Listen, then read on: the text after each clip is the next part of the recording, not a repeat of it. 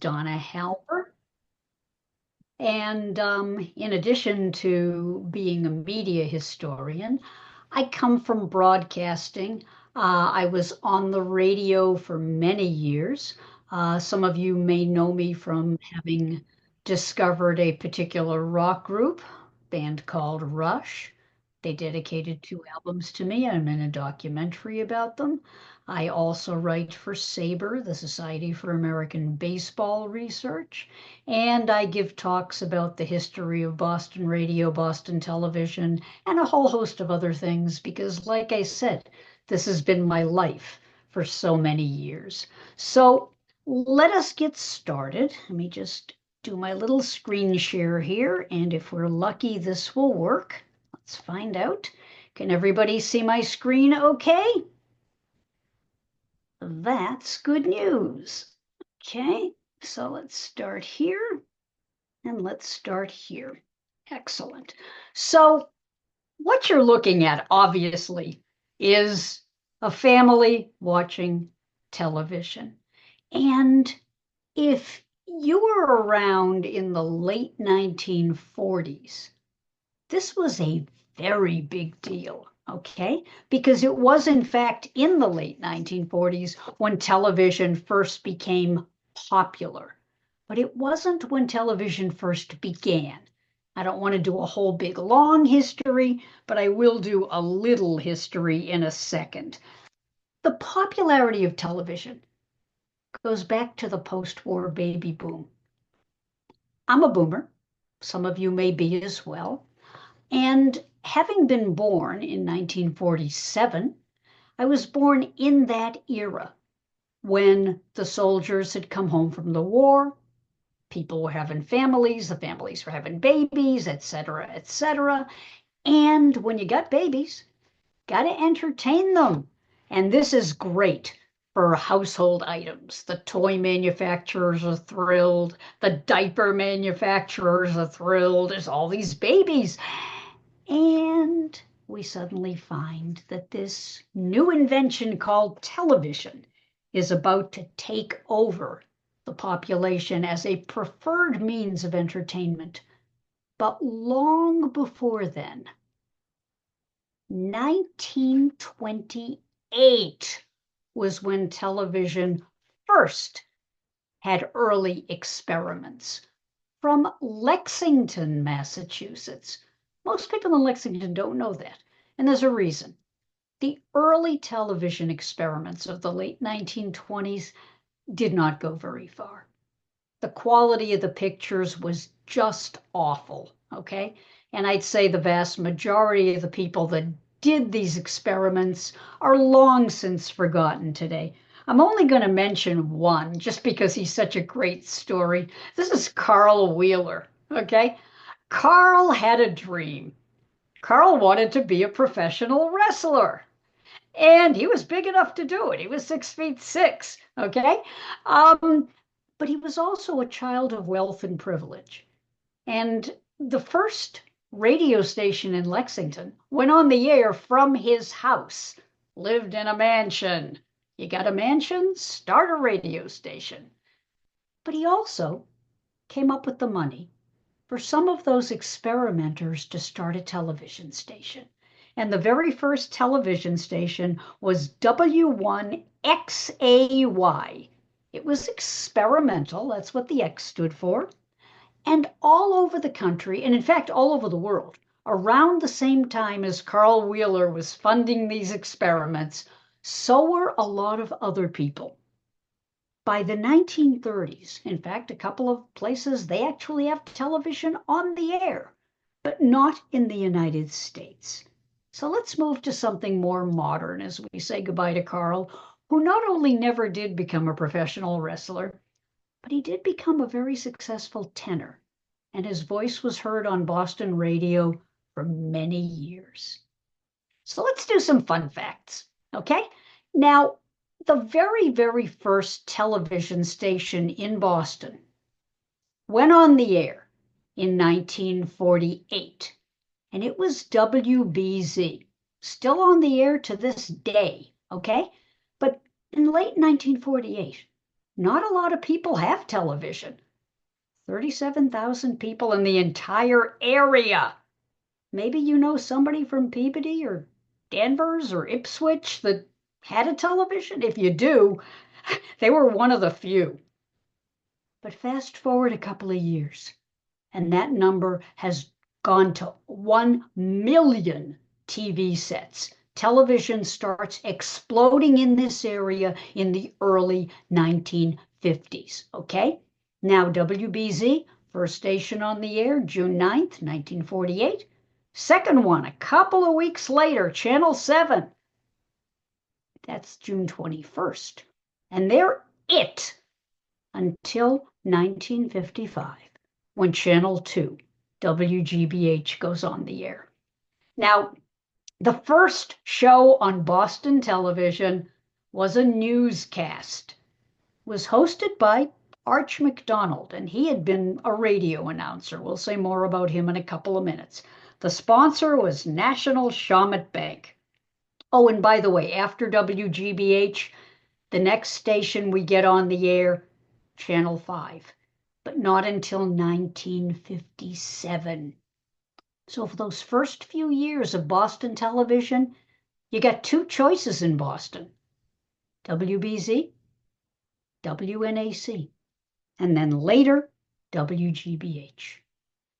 This is what you would have seen most of the time if you turned on Boston television in those early days. See, the idea of a station being on the air 24/7, not. If they were on 2 hours, you were really just, oh my God, this is amazing.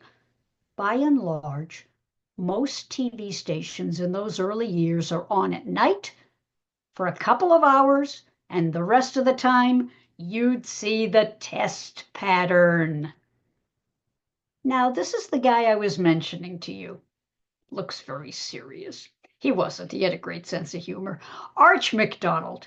He did WBZ's very, very first news broadcast. And God bless him. You want to talk professionalism? The station hadn't been finished yet. Just like everything else, it was delayed. And he was basically sitting on like a couple of boxes, and all around him they're hammering and sawing. And what a professional, though. He never let it stop him. He did the news report even with all the noise, balanced his news copy on a box of nails, as he recalled later on, because the furniture hadn't arrived either. His very first words: "We're on the air." And that's how Boston television began, June 9th, 1948. Now, most stations, most homes in 1948 don't have a TV, like I said. But the Boston Braves, now today they're no longer in Boston, okay? They're in Atlanta. But back then, they were the Boston Braves. And that year, they were in the World Series. And as primitive as early television pictures were, a lot of people wanted to see the games, but they couldn't get tickets. So a bunch of people, seeing an opportunity to promote television at a time when most people didn't know what it was and didn't have one, they put up a bunch of TV sets on the Boston Common. And here we see a rare historical picture from the first week in October, 1948. Bunch of folks, male and female, checking out these monitors, watching the TV games of the World Series when the Boston Braves were in them. They lost, by the way. But it didn't matter. I mean, of course it mattered that they lost, but it didn't matter to most people. They were like, wow, I'm watching baseball. And they were. Televised sports become a really important thing very, very quickly, and interest begins to grow. By 1949, there were 96,000 TV sets in Boston, but they're expensive. To get a top of the line, which would have been an Admiral or a General Electric, that could cost you as much as $700, and installation was extra. $700. That was a lot of money back then. On the other hand, you could get some of the more basic brands like a Philco. It would cost you about $350. Local banks were offering financing if you wanted to get a television. You could buy it on the installment plan. Okay? Now, what would you have seen? Well, back in those very early days, a lot of TV shows came over from radio. Other than sports, one of the most popular shows on TV was Milton Berle, and he hosted a variety show called the Texaco Star Theater, and everyone was watching it, okay? And there was also this new variety show with this guy you may have heard of named Ed Sullivan. He was doing a show that at that time was called The Toast of the Town. It would later be called The Ed Sullivan Show. And there was also this other show on the air that you might have heard of. It was a new show called Meet the Press. And it was hosted by its founder, the woman who had founded it on radio, a woman named Martha Roundtree. But the main thing people are tuning in for at that point, sports. There is, however, women's shows. There are women's shows on TV right from the earliest days.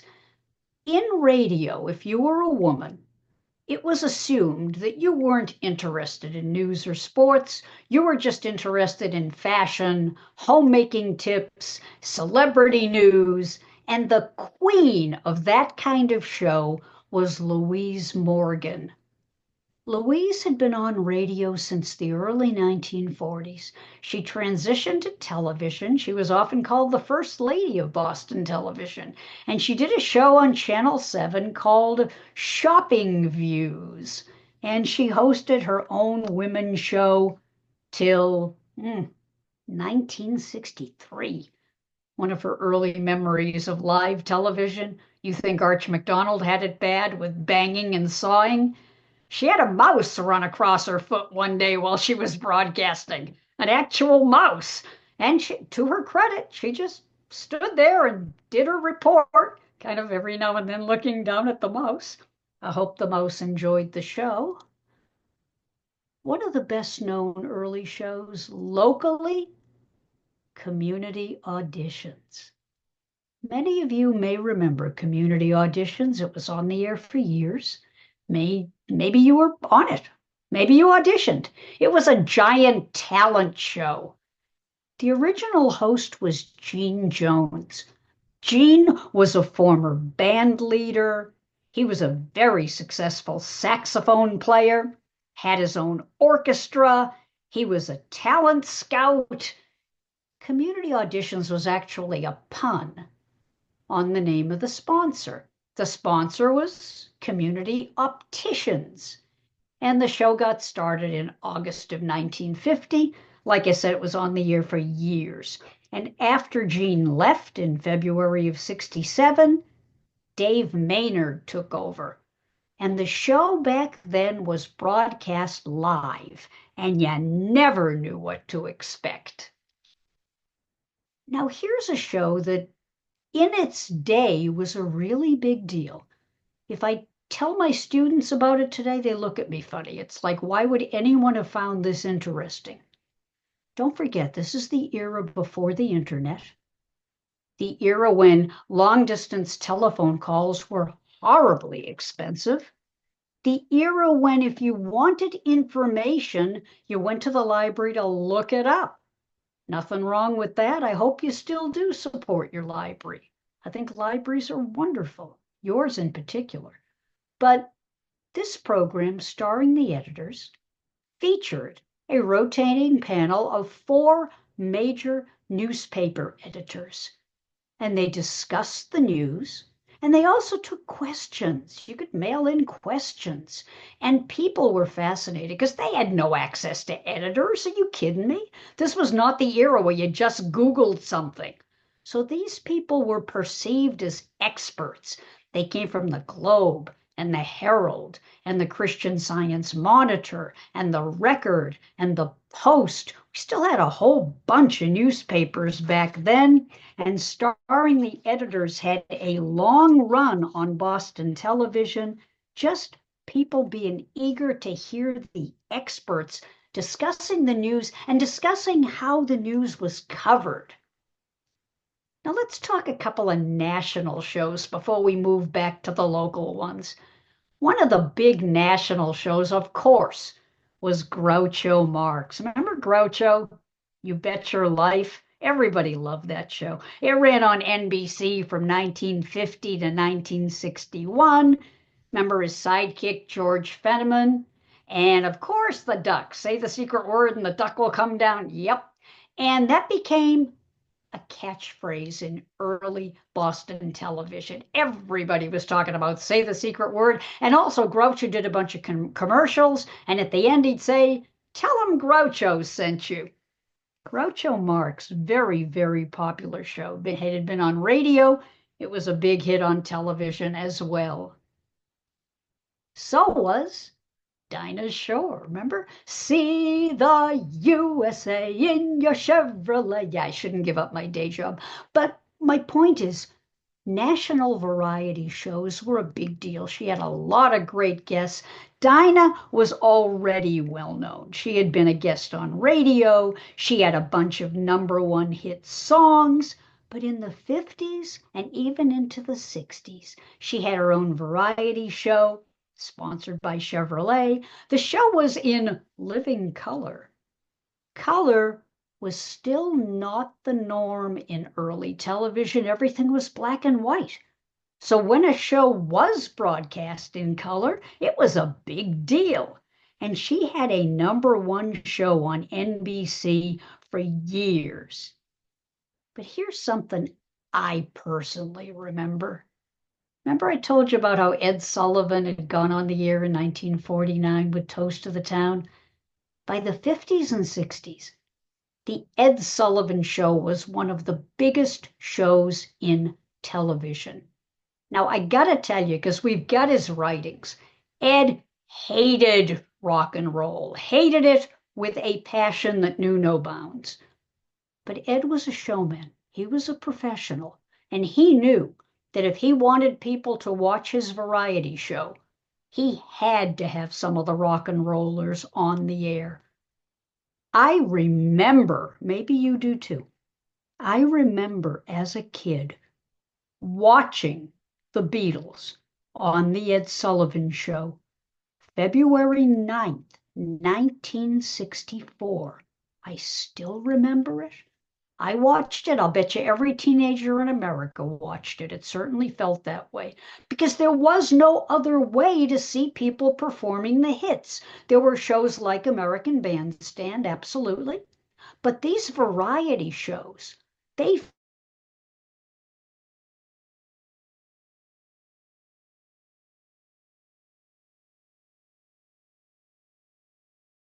featured some of the biggest and best, named him or not. He had Elvis on, owns everybody who was anybody, and you wanted to be on Ed's show. He was famously cranky, but he had such big ratings that being on his show could really boost your career. Now, remember we talked earlier about the post-war baby boom and about the increase in the vast number of families that had kids, little kids. Television saw a market. They saw an opportunity. And you suddenly started seeing all kinds of children's shows on television. One of the first, and it may absolutely be the first, was Ding Dong School, one of the very, very first and earliest children's shows. Miss Francis was a real teacher. She had been a teacher in Chicago before moving on to being an administrator in the public schools. Frances Horwich, and she became Miss Francis. And long before there was Romper Room or anything else, Ding Dong School was a major force in educational but entertaining television for preschoolers. It gave the mommies that were stay-at-home housewives back then a chance to sit the kid down in front of the television, and they could see something that was both entertaining and informational. Now, speaking of programs for kids, the Mickey Mouse Club. There's Jimmy Dodd, of course, playing the mouse guitar, and there's Annette and some of the other Mouseketeers. The Mickey Mouse Club made its debut on ABC television in October of 1955. You may remember the Mickey Mouse Club. Jimmy Dodd wrote the theme song, you know, the thing with Mickey-Mouse. Yeah, he wrote that, the Mickey Mouse theme song. And they did skits, they did cartoons, and of course, they sold tons of merchandise. You could get a mouse guitar, you could get a Mickey Mouse hat, you could get shirts, you could get all kinds of stuff. Mickey Mouse Club was very, very popular. The kids that were on it, and there were 39 of them, looked like a very glamorous, exciting thing to be doing. And a lot of the kids became little celebrities. That was the good news. The bad news was they were paid a flat rate of $175 a week. They were expected to appear anywhere, anytime. There was no overtime. If Disney wanted them to appear at a charity or a parade or wherever, they had to go. And if their guardians complained, they could be fired. Other than that, it was a pretty glamorous way to live. You got to meet all kinds of folks, and you got to be a hero on television. And I know a whole bunch of people that really wished they could be a Mouseketeer. But here in Boston, on Boston television, we didn't just run the national shows. We had our own. One of the earliest was called Lady of the Bookshelf. Very clever show. The hostess was Eileen Neeland. That was her real name. First name was Mary. She never used it, from what I can gather. Eileen Neeland was the Lady of the Bookshelf. She would read stories to the kids. And then an illustrator, often a guy named Ted Miller, he would illustrate them. He would write cartoons right behind her. So you'd hear the story, you'd see the cartoons, the story would come to life in that low-tech era. May seem primitive to us, but nobody had anything to compare it with. They loved her voice. They loved her. Everybody was really happy with the situation, and Lady of the Bookshelf became a very popular program in early Boston television. But here's someone else you may remember who did a children's show. This is Big Brother Bob Emery. Now, Big Brother, we're seeing him here in his later years. He went back to the earliest days of Boston radio. He was on Boston's first radio station, 1XE WGI in Medford, in 1921. He had formerly worked at the old department store Gilchrist. I don't know if any of you remember Gilchrist, but we're seeing him in the later years of his career, still doing children's shows. Oh, and by the way, can I give you a warning? I do a very good talk about fake news. One of the fakest of fake news is these stories online that claim that these children's show hosts were caught talking into a hot microphone saying, these kids are little, and, I hate these kids. It never happened. Did not happen. These kids, by and large, were treated very well by the hosts, whether it was Bozo the Clown, whether it was Big Brother Bob Emery. Sure, of course, I'm certain that at times the kids were not doing what the camera person wanted them to do. Maybe somebody got impatient, but by and large, these were really good programs, and a whole generation of kids really looked forward to seeing them on TV and maybe, just maybe, getting onto the show as part of the studio audience. Big Brother used The Grass is Always Greener as his theme song. He also used So Long Small Fry. He played the ukulele. He had a 50-year career. And like I said, there were other children's shows on the air. We will talk about them all in a second. But Big Brother became known for his toast to the President of the United States with United Farmers Milk. And that was one of the sponsors. He was very careful about sponsors. There were some things he just would not have on the show because he didn't feel they were good for the kids. He took this very, very seriously. Big Brother's career was actually quite scandal free. A lot of people to this day remember being on his show. Maybe you watched it, or maybe you watched the one that came after. This is a very young Rex Trailer. Now, Rex Trailer really was a cowboy, and he and he and his horse Gold Rush. He later went on to become a coach. I get coaching on the brain because of the fact that I worked with Rex when Rex was at Emerson College, and he would coach people on how to look better on television and how to speak better. He taught public speaking and elocution and stuff like that. But back then, back in the mid 1950s, he was a TV cowboy. And because he had grown up on a ranch in Texas, it's not a legend. He really did know how to use a lasso. He really did know how to do rope tricks. And his show, Boomtown, was on the air for 15 years.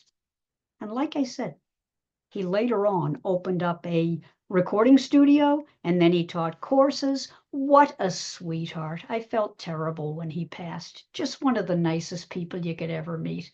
And he and Big Brother both did two of the most popular local children's shows, and they also did a ton of public, appearances. They would go out and, create events. They did stuff for charity. Just nice people. Now, this is Bozo. This is our Bozo. And when I say this is our Bozo, the name Bozo was licensed from city to city to city. Every city had one. Ours was a very nice guy named Frank Avrush, okay? And he played Bozo for 10 years. But that wasn't all that Frank did. Frank was a philanthropist. He devoted a lot of his time to UNICEF, the United Nations Children's Fund. He also was a studio announcer at Channel 5. I'll bet you dimes to donuts that you heard his voice at one point. He announced the movies. He announced special features. He had a long career, and he died at the age of 89 years old. But he was known for being Bozo the Clown. Now here we have Miss Jean. And just like Bozo, Romper Room also jobbed out the franchise to host Romper Room, and every city had a different children's host who hosted Romper Room. In Boston, it was Miss Jean, okay? In Baltimore, if you grew up there, it was Miss Nancy, different one everywhere. Miss Jean was Jean Dallaire. She was from Lynn, grew up in Salem, graduated from Salem State, and at the time, she was married to a WHDH sportscaster named Bill Harrington, and she used the name Jean Harrington or Miss Jean. Very, very popular children's show host. She and Bill Harrington eventually divorced. She remarried. She remarried to Bruce Durkee, the guy that was a big executive in the company that made Marshmallow Fluff. She died at the age of 90 in May 2023. But to this day, so many people have fond memories of Romper Room and of the magic mirror, romper, bumper, stomper, boo, tell me, do. Magic mirror, tell me today, did all my friends have fun at play? And parents would send in letters to Miss Jean telling them the names of their kids. And she would read as if she could see them in the magic mirror. Oh, I have a letter here from Joey from Danvers, and he said that he got an A in spelling. Congratulations. And this was such a big deal to little kids. They had no idea that she couldn't see them in the magic mirror. Now, here's somebody that I feel so bad about. And I used to watch this show, by the way. It may have been aimed at kids, but it was so clever that I know a lot of adults that watched it, and I know a lot of college kids that watched it. Major Mudd, he was on Channel 7, played the role of a bumbling astronaut, okay? And his spaceship was called the Nervous One, okay? His catchphrase was IBBY, I'll be blasting you.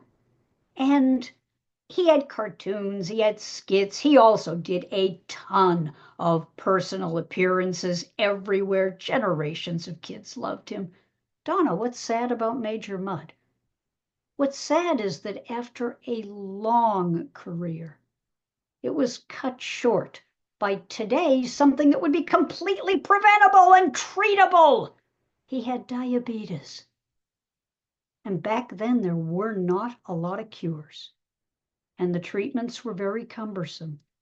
And he ultimately passed from complications from diabetes, and he was only 53 years old. So it's interesting because when I told a friend of mine that I was giving a talk about Boston radio and Boston television, I was doing Boston radio at one place and Boston television for you guys. It's interesting. I said to the person, hey, who do you remember on Boston television? He was like, you're going to talk about Major Mudd? Yep, Major Mudd. May he rest in peace. But that character was hilarious. I don't know if you remember Hurricane Carol. I sure do. We didn't have lights or electricity for days. This is the WBZ TV tower, or rather, all that was left of it after Hurricane Carol roared through. By the grace of God, nobody was injured when that tower fell. It fell in the parking lot. It took both BZ and radio and television off the air, okay? But they both got back on. The only thing that got injured was a couple of the cars, but fortunately no people were injured. And the announcers, God bless them, they just kept on keeping on, and they kept on broadcasting. I remember listening on my transistor radio until the power came back on. This is Jack Chase. He had a very long career as a news anchor at WBZ television. Okay, maybe you remember him. One of the friendliest, nicest guys on the air. Everybody loved him. Military veteran. Was in World War II as a naval pilot. He also fought in the Korean War. Came over to television from radio, as most people did back then. He was famous for toasting the audience every day. His catchphrase was, so long and make it a good day. He retired in the early 80s after a career of nearly 3 decades. Now, here's a show that to this day, when I tell people that this used to be a #1 local show, people look at me funny. Candlepin Bowling. Candlepin Bowling was a big show on Boston television. It ran from 1958 into the mid-60s with Don Gillis and Jim Britt, and then it had a couple of other hosts. People loved it. This is a rare photo, thank you, Boston Public Library, from August of 1960, when Joe Kalina of Lynn defeated Don Williams of Cambridge in Candlepin Bowling, and Mr. Kalina won a trophy and $1,000 and got to be on television. And there's a very young Don Gillis who would go on to become a famous sportscaster standing right next to him. Ted Williams had a reputation for being famously cranky, and he was. But when it came to the Jimmy Fund, when it came to helping kids, very few baseball players or any kind of athletes gave more of their time to raising money and donating hours to help the Jimmy Fund. This is not staged. This is for real. Okay? We've got a lot of the writings of a lot of kids that are now grown-ups, and they're alive because of the work that athletes like Ted Williams did in raising funds for research. So the Jimmy Fund became a very big fixture on Boston television, particularly during sporting events. And speaking of sporting events, we were so lucky. We had so many really good sportscasters in town. We had Kurt Gowdy. We had Ned Martin. Sometimes we would have a former athlete. In this case, former Red Sox pitcher Mel Parnell, who was a very big deal. And this was the Boston Red Sox play-by-play team in the mid-1960s. If you tuned in the games, you'd hear Kurt Gowdy, you'd hear Ned Martin, and you'd hear Mel Parnell. Now, speaking of the accidental chef, I told you that Channel 2 came on the air in 55. One of the shows that became the most popular show on the air was Julia Childs, the French chef. But Julia never expected to become a chef. In fact, she didn't think she was a good cook at all. But she was overseas, and her husband really encouraged her because he liked French cooking. And so she started experimenting with French cooking. She got pretty good at it. When she came back here, she decided to possibly help write a cookbook, which she did. She co-wrote a cookbook. She started teaching a few courses. She wrote a book called Mastering the Art of French Cooking, along with a couple of other people. And that led to a tryout on Channel 2, which was, of course, educational television. There's no PBS yet. It's NET, National Educational Television. She went on the air to do her tryout. She thought she sounded awful, but the public loved her. And what had been a summer pilot in July 62 ended up becoming a regular series and a very popular show. In fact, 20 years later, the reruns were still being shown. And of course, her voice was even parodied by Dan Aykroyd on Saturday Night Live. If you grew up in the area, you know for a fact that we had really good meteorologists, really good people that told the weather forecast. And one of the most beloved was Don Kent. Don grew up in Quincy, and his family, I believe, ran a carpet store, Kent's Carpetland. And Don was influenced by a radio meteorologist he heard named E.B. Rideout. We'll talk about him at some other time. But Don went on television. He started off on radio as the Weather Bee, but then went on using his real name on WBZ Radio and then WBZ Television, and became wildly popular. The audience really loved him. He was known as the Dean of New England Weathermen. He had a 5-decade career telling the weather. I remember him very fondly, such a nice person. Remember Shelby Scott? Shelby Scott came over from Seattle, and she joined BZTV as a news reporter in the mid-60s at a time when there still weren't a lot of women news reporters. Remember we talked about Louise Morgan? She wasn't allowed to do the news. It was considered that men don't want to hear women doing the news. But by the 60s, things are gradually changing, and Shelby becomes a news reporter and then a news anchor. One of the first big stories she covered, I remember this, the Great Northeast Blackout in November of 1965. For a while, she teamed up with Jack Chase.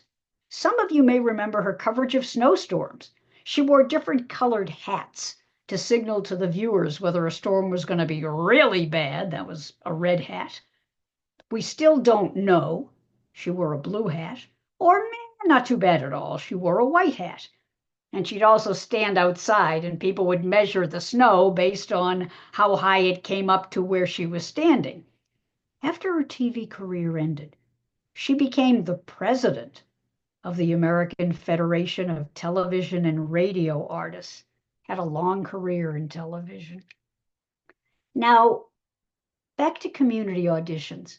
Many people do not remember the Gene Jones era, but they do remember Dave Maynard. Dave was a graduate of Emerson College, spent many years on BZ Radio, and like I said, he took over community auditions in February of 1967, hosted it for 21 years. But he came to be known for raising money for charity on both TV and radio. The BZ Children's Hospital Telethon, the BZ Farm Stand.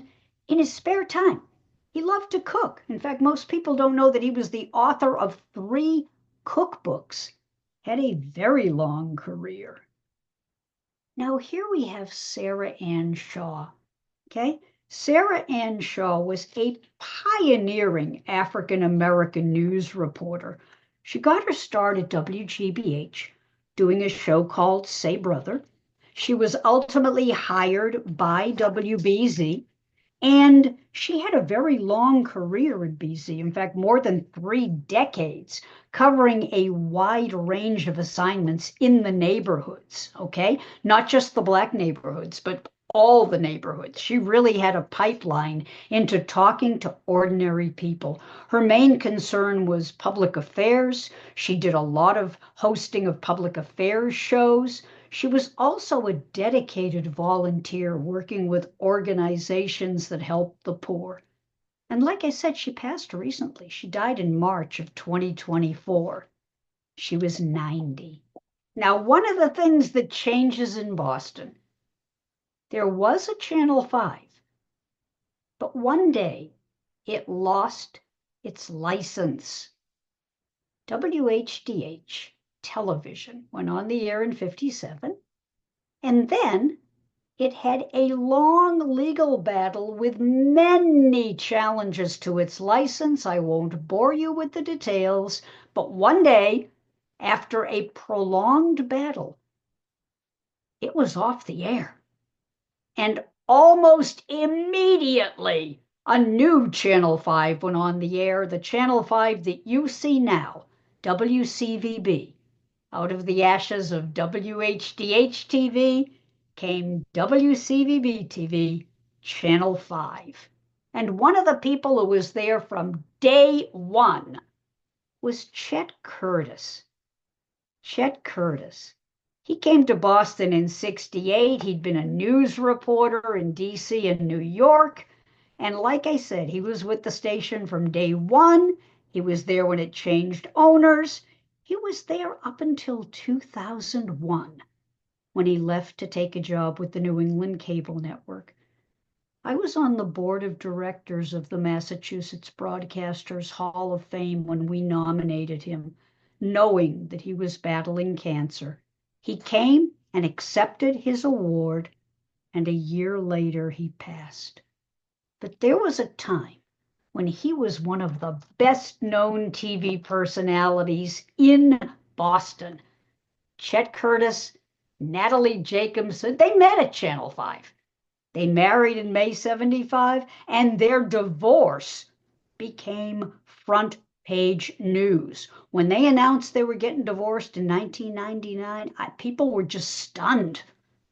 But everyone loved them as a couple, and everyone loved them as TV anchors. They were often just called Chet and Nat. Chet and Nat. And for 18 years, they delivered the news as one of the very few married anchor teams in the country. Do you know who else you may remember from Channel 5? Remember Mike Lynch? I like Mike. I like Mike. What a nice person. He had a 37-year career at Channel 5. He had played college football at Harvard. He was an athlete. He kicked a game-winning field goal one time. He was very, very well known in college sports. Joined Channel 5 in 1982, spent 34 years there. He's retired, but something he created is still there. He created something called the High Five, a weekly News Center 5 report that highlights the achievements of a high school student athlete, that's been going on for many, many years. Jokingly called Lynchy, still just a factor in Boston sports and in Boston television, and one of the nicest people I know. I was there when he was inducted into the Mass Broadcasters Hall of Fame. The other big team in town, Jack and Liz. If we had Chet and Nat on Channel 5, we had Jack and Liz on Channel 4. They were a beloved team, okay? And everyone really bonded with them. Liz came from Little Rock. She became one of the highest profile Black anchors in the city. She was actually friends with everyone on the anchor desk. That was not a joke. Jack Williams, Bob Lobel, Joyce Kulhawick, Bruce Schwegler, everyone got along with each other. They loved working together. They worked together for several decades. Jack, meanwhile, became known for his Wednesday's Child feature. He's still around, he has helped more than 1,000 kids with special needs get adopted. Liz became more involved with human rights as time went on. She left television, got her degree in divinity, and became a pastor. Now here's John Dennis and Tom Ellis. Just got a couple more. I hope I'm doing okay for you. Tom Ellis and John Dennis had been on the air for ages and ages. Tom was a news anchor with just about every station in town. He'd been at Channel 4, he'd been at Channel 5, he'd been at Channel 7. You name it, he was there. He was on New England cable news. He was everywhere. In fact, when he was hired by Channel 7 in 1982, his contract, $2.5 million. He was that well known, and that contract made national news. Nobody was making that kind of money. John Dennis, today better known for his WEEI Dennis and Callahan radio show, but back then he was doing sports on television, sometimes teaming up with Tom Ellis, sometimes teaming up with other people.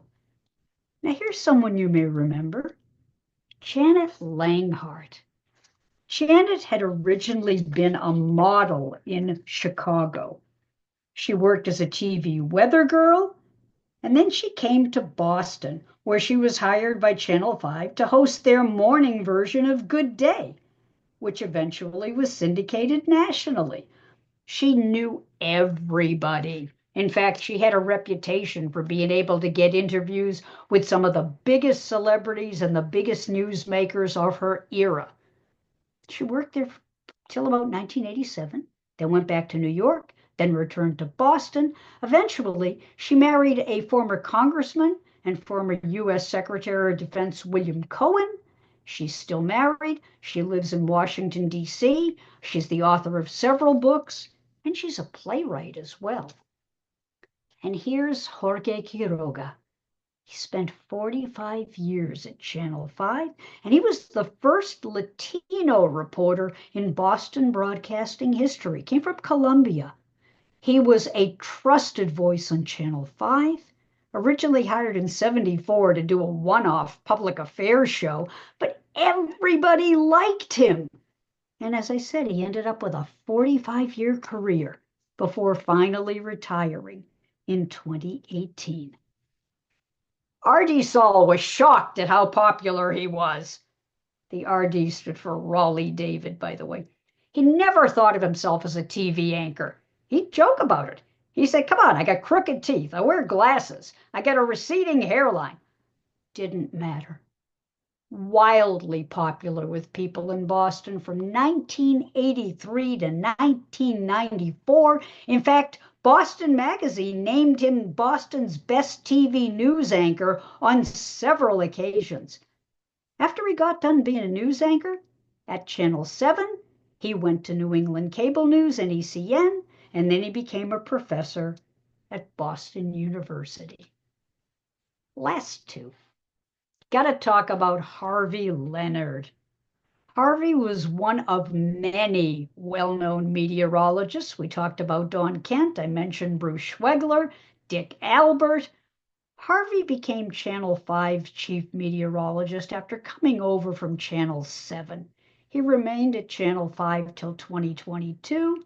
He won numerous awards, had a 50-year career in weather forecasting, still around.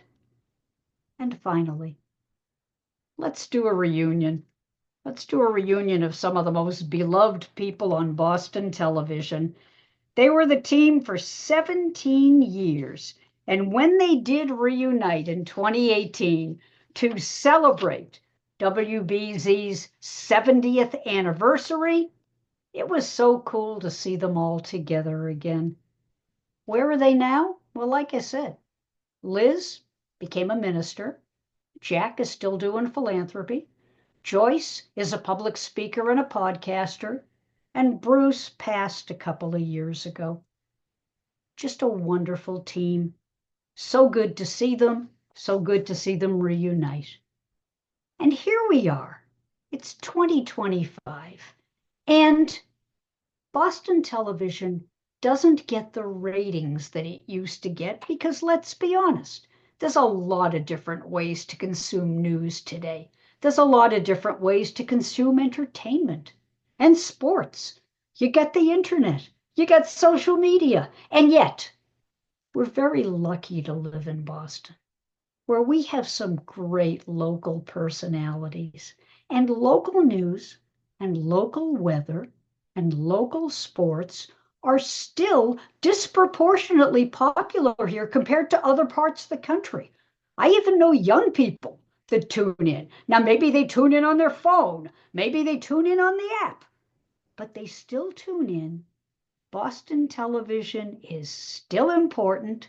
We still have some great local broadcasters like Ed Harding, Maria Stefano, Steve Burton, Lisa Hughes, J.C. Monahan.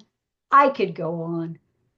I hope you've enjoyed our little trip down memory lane as we take a look at the people that we remember. And who knows who the next bunch of broadcasters are going to be, but I can assure you, Boston television remains a fixture in our lives. Thank you. Thank you, Donna. Does anyone have any questions for Donna about the presentation tonight, either in the chat or we can unmute you all to ask her questions? I hope I was halfway interesting. Oh, Donna, I remember almost all of them. It was really fun. I want to thank you for this. And I really am sorry that not more people tuned into this Zoom because it really was a walk down memory lane. I wanted to tell you one funny story that I heard about Don Kent. My household growing up and even now is really fixed and addicted to weather forecasts. And one of the stories that we heard about Don Kent was that he would use whatever media he had, and it wasn't as much as they have now. They didn't have weather satellites. He would put his forecast together, but the last thing he did before he went on the air was look out the window. Absolutely. And he learned that. That's not a myth. He learned that from E.B. Rideout. E.B. Rideout. The E stood for Edward. The B stood for Burton. He never used it, kind of like R.D. Saul. It's like, why have you given me this name, Mommy? But E.B. Rideout basically was the first meteorologist in Boston. He went on the air back in 1925. And he didn't have fancy schmancy equipment, and yet he was always right. And one time, Don Kent was allowed, as a kid, to come into the studio and watch E.B. at work. And he was like a kid in a candy store. It was like, oh my God, I'm meeting my hero. You know, some people like athletes. I like meteorologists. And he asked E.B., he was watching him with the circles and the graphs and the charts. And he was like, how do you do it? How are you so accurate? And E.B. said, first I look out the window. Absolutely. The other question I had for you was, you mentioned briefly one program that I'm not sure I remember what it was, but I wanted to know when color was widespread and widely broadcast. It didn't really become widespread until the late 1960s, as far as I know, and I could be wrong, okay? But I have old TV guides, and because I'm a media historian and I have a ton of rare artifacts. And in my old TV guides, black and white was still being treated as the norm, such that if a program was in color, it would specify in color because it was considered so unusual. And most televisions didn't, you couldn't get color on most televisions. They were black and white TVs. And color was prohibitively expensive. We had nothing but a black and white TV well into the late 60s. So I don't think it became really popular till the prices started coming down. And I don't remember the TV guides changing over such that color became the norm and black and white became unusual until the late 60s, early 70s. I'm sure that there are some, Gail, I'm sure that there are some cities that may have gotten it before us, like New York. There were experiments with television as early as like the 50s. But again, we're talking like W1XAY. We're talking experiments. The average person didn't have it. It was nice to say, oh, yeah, I saw that. By and large, the average person, from what I've seen, did not really have access in the 50s. You had to get a new TV. You had to get a new TV to watch color, didn't you? That's exactly my point. The idea that you would just be able to watch either black and white or color on the same TV. But that was very similar to any new technology. I give a talk about Boston radio and FM. You had to get a new the receivers they weren't compatible with each other. So if you had an FM station you wanted to listen to, you needed an FM receiver. And if you had an AM, you needed an AM receiver. And the idea that you could have one radio that did both, science fiction. Nobody expected it. Gail, thank you for the recollection. I really appreciate it. I love it. Yep. I was a ferocious Mickey Mouse Club fan. Oh, as were we all. I could sing all the songs. I can remember all the jingles. Yep. I remember being in elementary school and arguing about who was the prettiest Musketeer. Oh, the boys were all in love with Annette. All the boys were in love with Annette. You know what else I used to run home to watch American Bandstand? Okay. That was like my favorite show. And I wished that I could dance like the kids on American Bandstand. Right. And we had local versions of that too. I was trying to keep my talk within a 50-minute frame so that there'd be time for questions. But we had a local version of American Bandstand. We had a show on television called Record Shop Hop. Stan Richards hosted one of them. Dave Maynard hosted one of them. Now, when I say one of them, I mean there was a series and then they got a different host. But it wasn't as big a deal in Boston as American Bandstand. Of course. Well, thank you very much. It was very entertaining.